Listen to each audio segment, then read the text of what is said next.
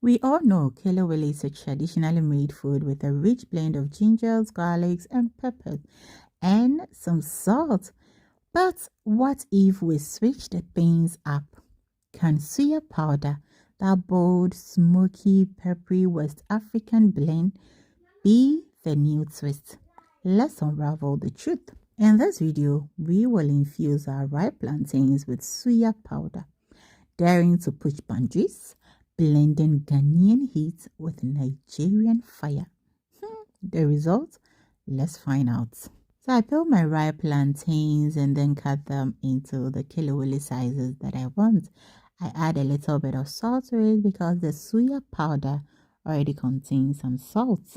And once I'm done with that, I add about 2 tablespoons of my homemade suya pepper powder and then give it a thorough mix.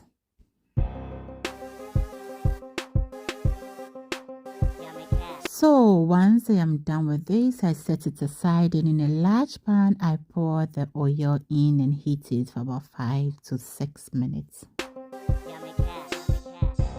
Alright, it's now time to fry the kelewele. Gently pour into the oil and fry till it is golden brown. Alright, so the plantain or the kelewele has been frying for 15 minutes now, and it is brown in color, well cooked. I love the color of it. However, the suya powder, you can't even spot it on the plantain. Is it worth using suya powder to make kelewele? I would say no, do not use it. So for this method, it is not advisable to use suya powder to make your kelewele. You can't even spot anything on it. Have you ever used suya powder to make kelewele before?